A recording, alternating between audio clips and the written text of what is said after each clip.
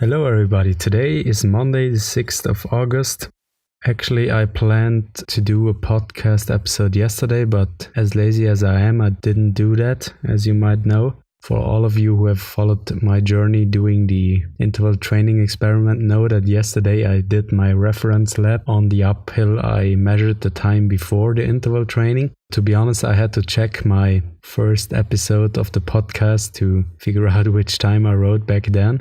It was 21 minutes, roughly 21 minutes, not exact. I started yesterday. It had around 33 degrees, so pretty normal these days. It's always hot. Will get a bit cooler on Friday, I guess, but it's just 30 degrees. The heat isn't affecting me that much, only during the ride. It felt a bit hot, especially yesterday. So to be honest, all the recent rides haven't been that hard, as there was a lot of, while riding there was a lot of wind, so it cooled me down pretty well. Just yesterday, where I did the uphill with roughly 300 meters of difference in altitude, I wasn't that fast obviously. So normally I would ride at 7 kilometers an hour during the uphill. So there is not a lot of wind which is cooling me down, so it felt hotter than usual. I also carried my new chest mount, which was actually blocking the airflow underneath my shirt. At least I think that was one of the factors. Because as I said on the last episode, I tried the vertical orientation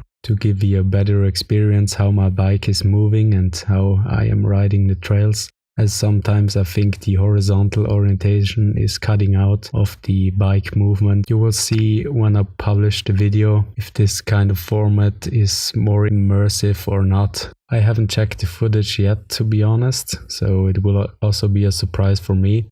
I had to figure out the right angle a few times. Normally I would adjust the chest mount, switch the GoPro on and then ride for a few meters. As standing on the bike, you have to point the camera at a specific angle, where actually if you are standing on the bike it's leveled with the ground. Standing upright next to your bike, your camera points all the way up into the sky, at least in my case, so you would normally think that it's pointing in the wrong direction, but standing on your bike, then you see that it makes sense pointing it up that way.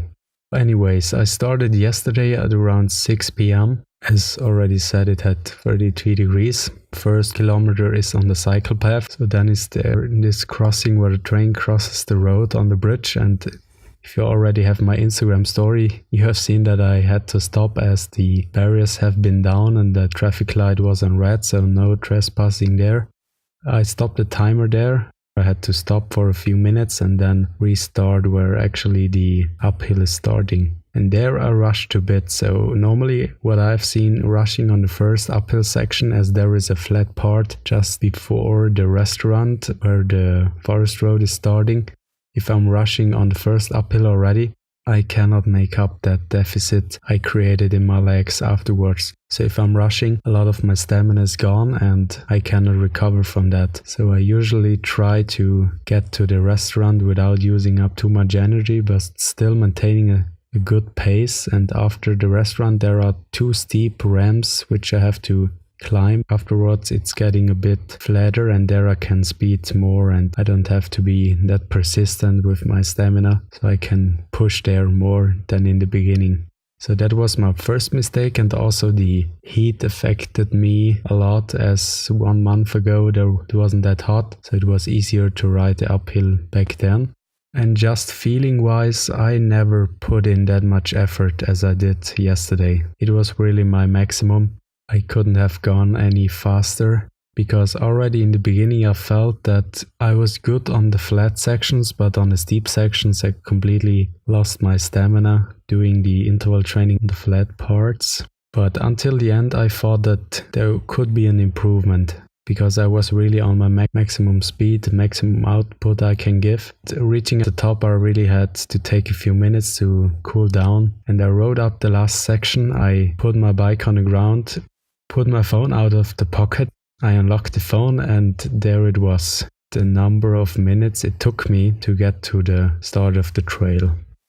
As said in the beginning, it was 21 minutes which I had to beat. And looking at the app I'm using Endomondo, the result was just the same, 21 minutes and a few seconds. So no improvement after doing 7 or 8 sets of interval training on the flat. This is the first learning of this interval experiment. Training on the flat is no training for steep uphills. So I guess I will get better results from doing the uphill interval training. So the plan was to start with the interval training on the uphill today, but it was raining heavily today, and then going home with my car. Actually, a small motorcycle backed into my car. Don't worry, nothing happened, just a few scratches on the rear of my car and nobody was hurt. So I lost an hour there filling out all of the paperwork. I'm not that motivated anymore to go out biking today, as I wanted to put out this episode to let you know what happened yesterday, and I won't go biking today.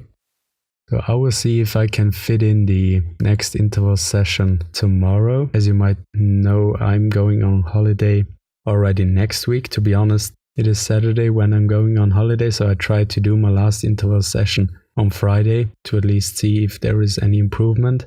And then after 2 weeks of holidays, I will restart with the uphill interval training for 2 weeks. I hopefully then can present you some positive results by doing so. Oh, by the way, one of you guys from the community reached out to me. It was Canadian_MTB on Instagram. He reacted on the fact that I was talking about that my fat tires or my 20.4-inch tires have been used up a lot on the cycle path. He suggested to mount smaller and skinnier tires. That's pretty a good idea. In my case, I have to find some sort of balance, as normally riding on the cycle path is more of a commute for me. So actually I ride a lot on the cycle path to get to the trails, to get to the uphills. Going with skinnier tires would totally make sense if I only would ride cycle paths, but in my case I need the fatter tires on the trails and on the uphill, which can be quite rough terrain. Thanks for reaching out, and I want to encourage all of you to reach out, to ask me questions, to give me some suggestions, maybe around mountain biking or gear choices, or also on interval training if you did that before. As usual, the easiest way to reach out to me is on Instagram. My Instagram handle is